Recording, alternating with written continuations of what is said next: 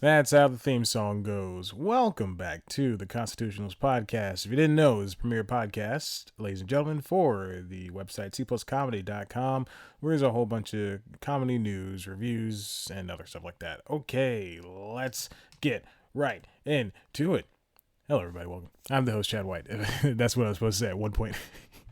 I feel like I should start this over, but whatever. I'm already a minute in or something like that. Yes, I'm the host, and this is what we do. It's an audio diary. Sit down, talk about things. So sometimes. Let me get my words straight. I'm supposed to be. It's a constitutional thing. I'm supposed to be stating things and not making sure, and stating them as fact, no matter how crazy, no matter how absurd. Quickly, that premise was dropped mostly in the first episode, and now I'm here just talking about stuff, and that's why I described it as an audio diary. Speaking of this stuff, the things I want to talk about is this past weekend. I had a Redbox day of deals, a couple of those, and I got $2 off of rentals. So naturally, I go to Redbox. I got nothing else to do. I go to Redbox. I pick up 2 discs. I pick up. It comes at night. It came at night. It comes at night. It did come at night. They were very right. It comes at night. It's a wonderful horror flick, indie movie. It takes place in a cabin. It's pretty boring, and honestly, it's about I don't know. Actually, you know what? I think I don't know. There might be a virus of some sort, and the world died off or something like that. But it's not hard to describe at all. I'm making it too difficult for myself. It stars Joel Edgerton, Charlie Abbott from he was in Girls for the first season, and he left Girls to do some real acting, I guess. I don't know. I don't want to say that. Anyway, so we got so I watched the movie. It was great. Had a good time.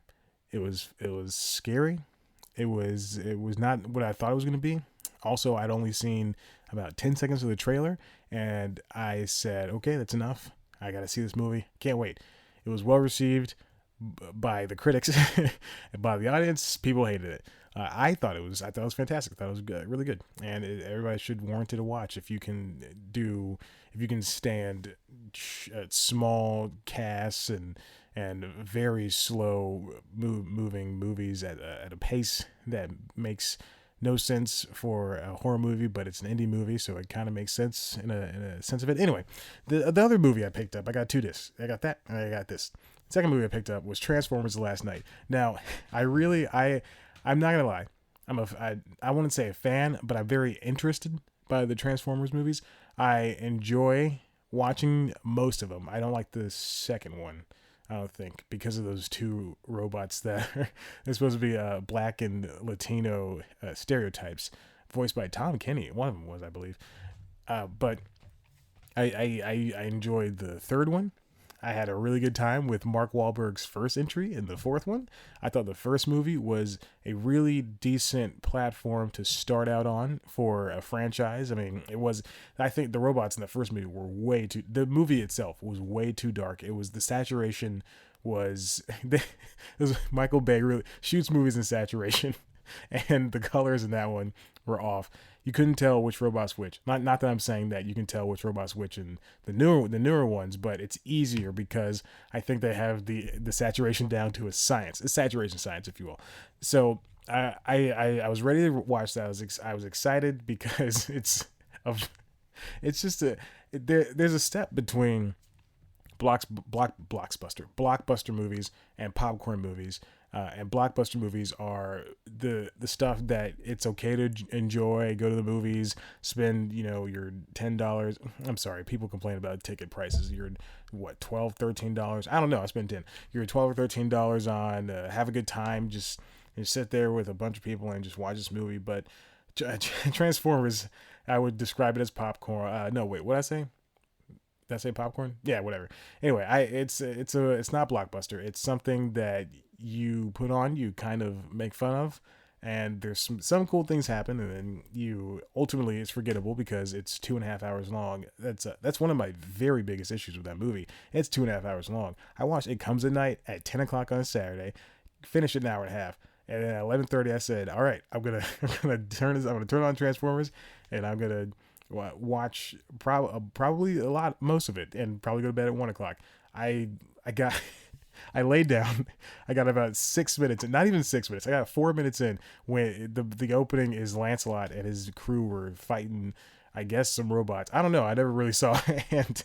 And I fell asleep, and I woke up on Sunday at 7:30, and I said, okay, time to knock out this movie. And I thought I had made it very far into the movie because I fell asleep, obviously. And I barely, I turned on the Xbox. It says that I was only a couple of minutes in. I went, shoot. Well, I guess I'll just not start over and just continue off where I left off. And I guess Optimus was floating through space or something like that. He had a message for his creator, and honestly, I don't know what happened in the movie. It felt like Guardians of the Galaxy. Compared to Guardians of the Galaxy, I love this movie, but it felt like Guardians of the Galaxy Volume 2, wherein it was all the players weren't there, all the necessary players weren't there. The story felt very haphazard and put together, and it was trying to set up for something else. And I guess this one and the one before it, Age of Extinction, I believe, and then this next one that's coming out, after the Bumblebee movie next year. I think it's supposed to set up for another trilogy, and I think this is the middle of that trilogy. And I don't believe it was really bad.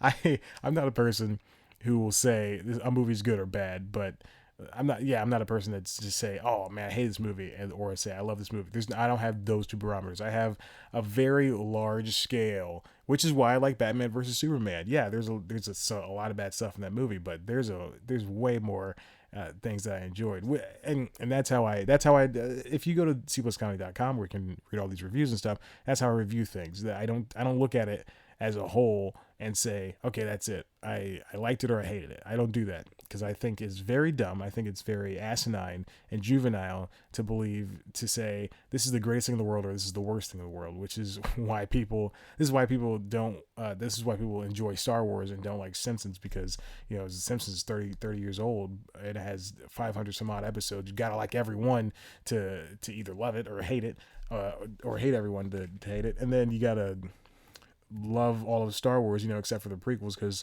you're better than the prequels. But no, this is why I don't like Star Wars. So I believe, so if you can approach something, if you can be objective about it and approach it and take everything, all the little parts of it, and say at the end, I didn't like this, but I really like this. This is why, and this is going to tie into the latter half of this episode. I'm just going to skip the first topic I had. It was about Hanna-Barbera, Looney Tunes, and Chuck Jones animation. I was watching a bunch of Looney Tunes this weekend, and Jesus, I'm sorry for hitting the mic. And it's just no, don't worry about that. So. Transformers. So the Transformers. Let me go back to the third one. The third one was when they fought in Chicago and they destroyed half the city, and it's when the Earth knew of Transformers, and then they started hating them because they destroyed this city. This giant battle destroyed the city. Poor Chicago. But man, was it a cool fight. And that's what I gotta say. For the 2 hours that led up to the 20-minute fight, it was boring, it was droll, and it was great to see Shia LaBeouf, Sam Witwicky, just in a different city and not in some small town or traipsing the world because with some racist robots, and talking to some old Transformer that had giant testicles. I think that's what it was. Was that the episode? Was that the movie episode? Was that the movie? I don't know. But it was nice to see him settled into one place, even though he did have to travel for that one. It was nice to see all these people come back for one last one. Why is John Turturro there? I don't know. I don't recall, but I think no, Stanley Tucci was in this one. But anyway, so Transformers last night, too long. I also wanted the writers' room that they had. I don't think, let's see, Transformers last night writers' room was one of the last things I googled. All right, so the writers' room was a very big talking point for when this movie was being written a year and a half before it was made. It was so the writers' room was led by Akiva Goldsman and included people like Robert Kirkman and Zach Penn and Lindsay Beer and Christina Hodson And just a few other guys who were a few other people who had all worked on big name projects before. So like let's see, AV Club, thank you for providing me with this link. The former Daredevil showrunner Stephen DeKnight was a part of the writers room. So now the writers room is gone. so don't even worry about that. They're not going to come back. But when you have big name people like Akiva and like Robert Kirkman, you would think that the movie was going to be somewhat decent. But when I go to something like Wikipedia and IMDb, it's really showing me that the writers, the quote unquote writers for the movie, were somebody named Art Markham and Matt Holloway, and then there's Ken Nolan, and each one of these people don't really have that many credits to their name.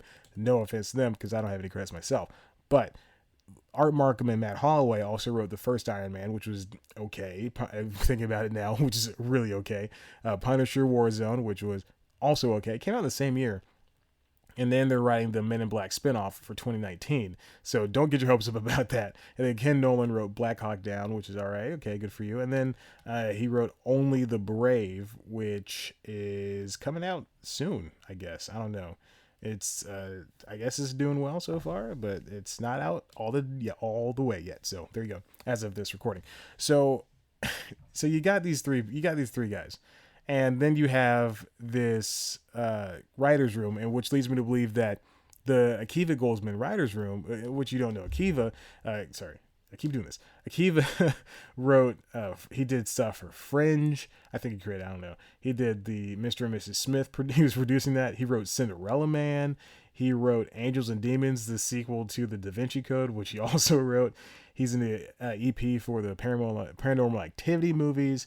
He wrote one of those episodes, the teleplay of Star Trek Discovery. So he wrote Insurgent. Jesus.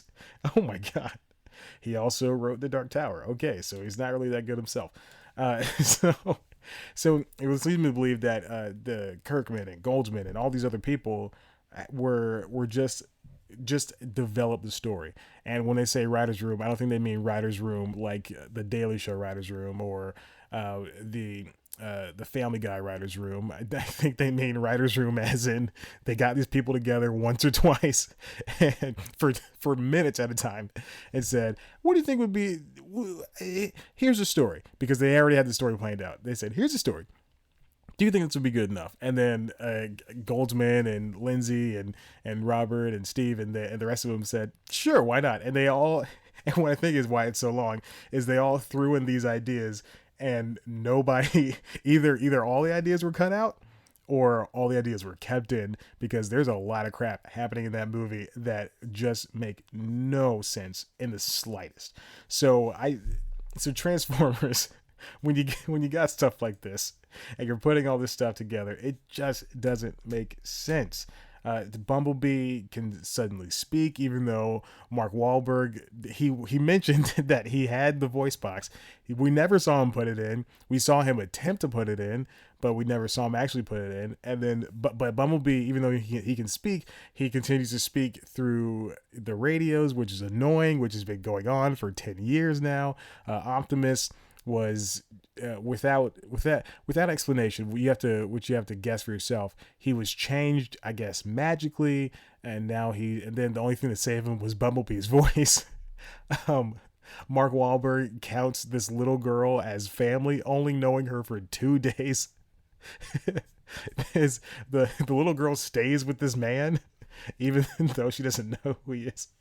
The government is hunting Mark Wahlberg, but they know where he is, but they never arrest him sometimes, and it's all strange. It's all very odd and peculiar, and I don't know. It's I really wanted to like it. There's so many elements of that movie that are just the cast is amazing. Yeah, of course you got the returning people that we've seen in the movies before, but then you got Stanley Tucci, who was who was in the last movie, but he's also playing Merlin in this movie.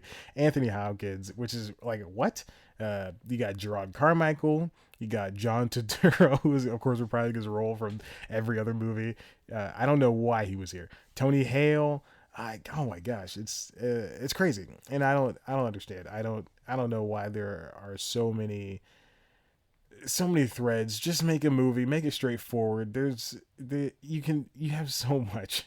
You're wasting John DiMaggio and John Goodman and Tom Kenny and Steve Buscemi. Steve Buscemi was in the movie as the Day Trader, as a transformer. We saw him got to transform once, and all he did was pop up and say, "Hey guys, I got some weird stuff for you. All right, I'm gonna leave," and then he left, and that was it.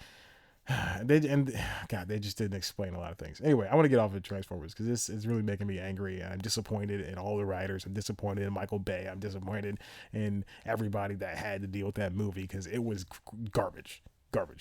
Too long. Garbage. Okay, and I also want to talk about good pilots versus bad pilots. Now, I'm not talking about flying planes or anything, guys. I'm talking about pilots on television. The first episode of a TV show is called a pilot. Pilot is essentially what is made to show that what the show can be.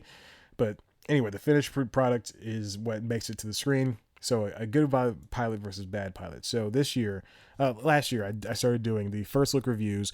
Of course, they're a hit. Everybody loves them. No.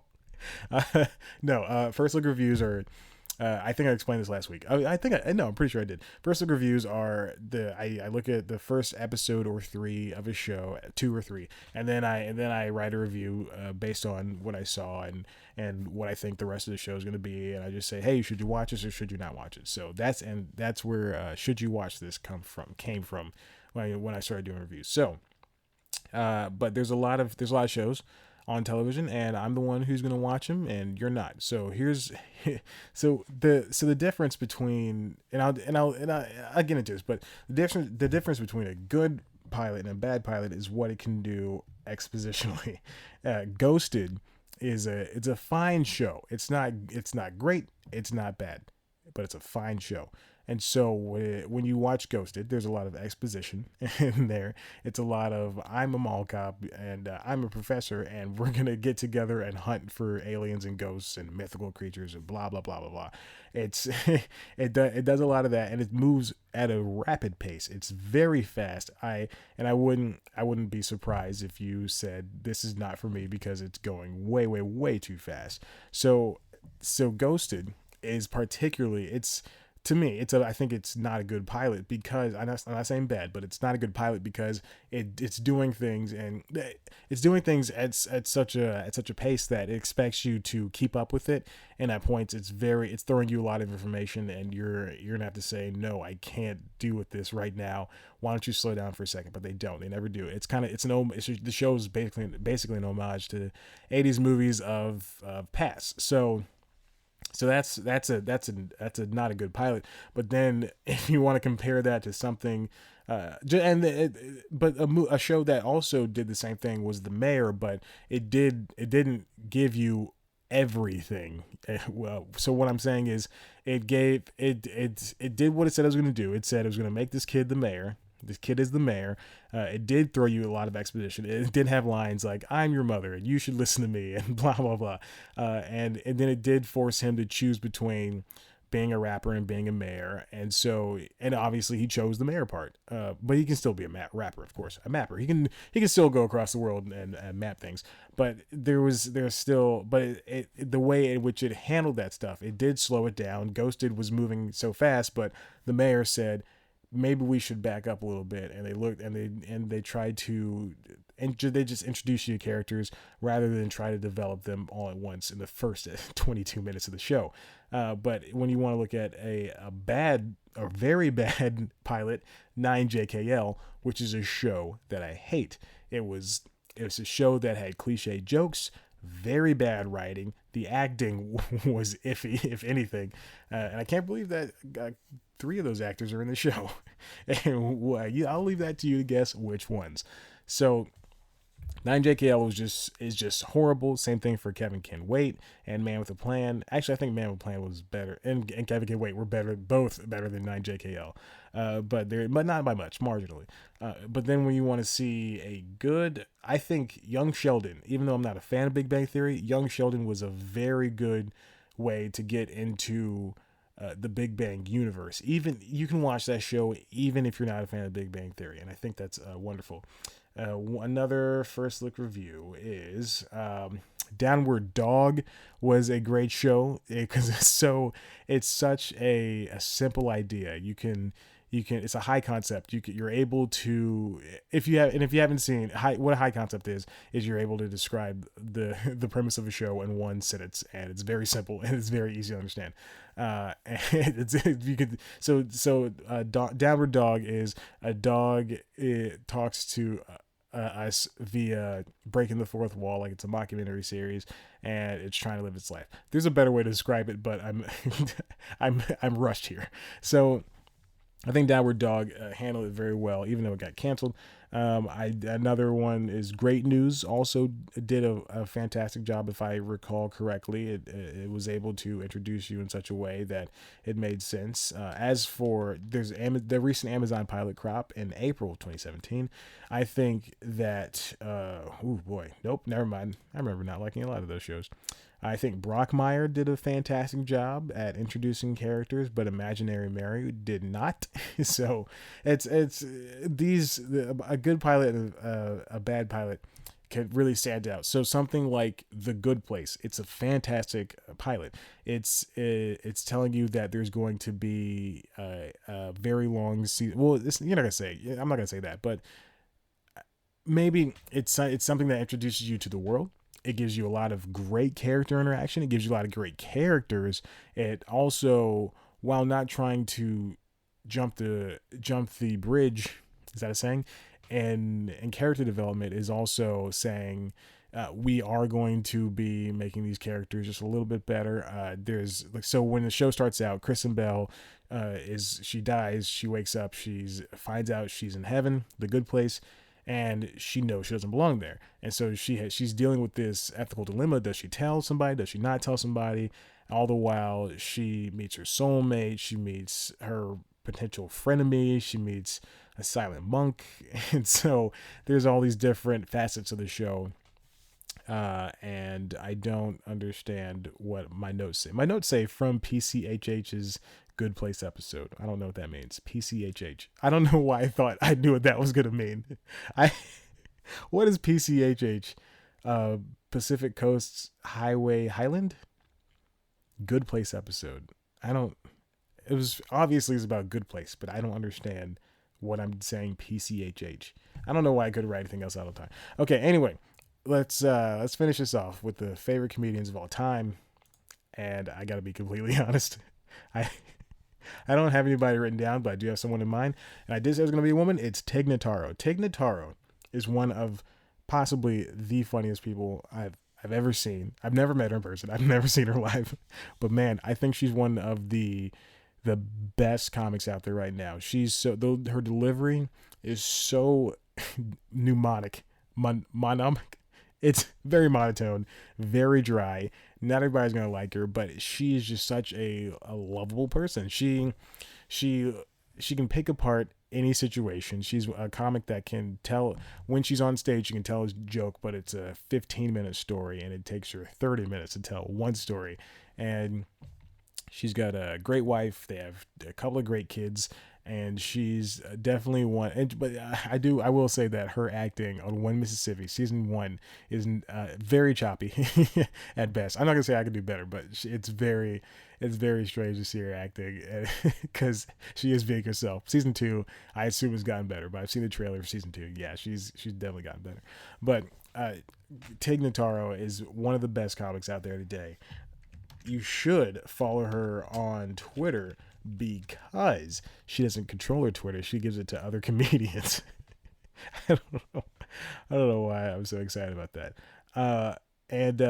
So anyway, and of course she had cancer, blah, blah, blah, and she survived it, and she got double mastectomy, but she's definitely one of the the better comedians out there who are able to take something so simple and something that just shouldn't work on stage and turn it into a big to do. It's something that she's a good writer. She's good at verbalizing herself, unlike I am right now.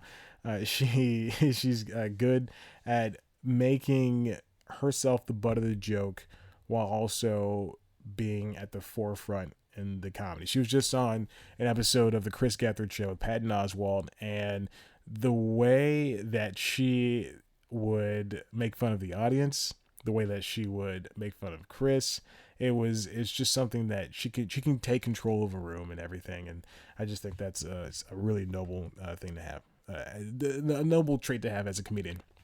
Speaking of traits that are noble, I gotta end the show right now. Very tired. I got Supergirl paws in the background. I got clothes that need to be folded. Let's get into the conclusion. If you like this show, if you like this, if you like this show, if you like my silky smooth voice, silky smooth, he said, why don't you head on over to www.cpluscomedy.com, where we've got latest news, reviews, features, interviews, and other good comedy bits only I can provide you with. Later on this week, I will be uploading 2 interviews I had with comedian Jay Larson and comedian Janelle James. Of course, they're both comedians. Well, no, I've interviewed composers before. Never mind, I shouldn't be in festival put-togetherers, so I shouldn't be saying that stuff. Anyway, go read those. They'll be up later on this week. Jay Larson has an album coming out. No, a special coming out on Friday, and Janelle James, hers already came out, her album already came out last month. So go ahead and listen to her. Go watch Jay's special. It's great. I think it's very funny, and he's a very funny guy. It's shot very well. It looks very good. Although I was watching an HD stream on Vimeo. So anyway, go read that stuff. It'll be up as soon as probably Jay's will probably be up as soon as you read this or listen to this podcast. God bless it. I am tired. Okay. Anyway, where was that? Twitter. If you like us, follow us on Twitter at @CPlusComedy. You can follow me on Twitter at @ChadBlackWhite. Like us on Facebook. Go to the YouTube page, youtube.com/CPlusComedy, where you can get a weekly news show called News Time. This week's episode is about Disney's teaming up with 20th Century Fox, Universal, Warner Brothers, Sony, Pictures Entertainment, and that's it. That's all 4. All right, so there's 5 studios. They team up together to make your movies available on any streaming platform. Well, the 4 major ones: Amazon, Vudu, iTunes, and Google Play.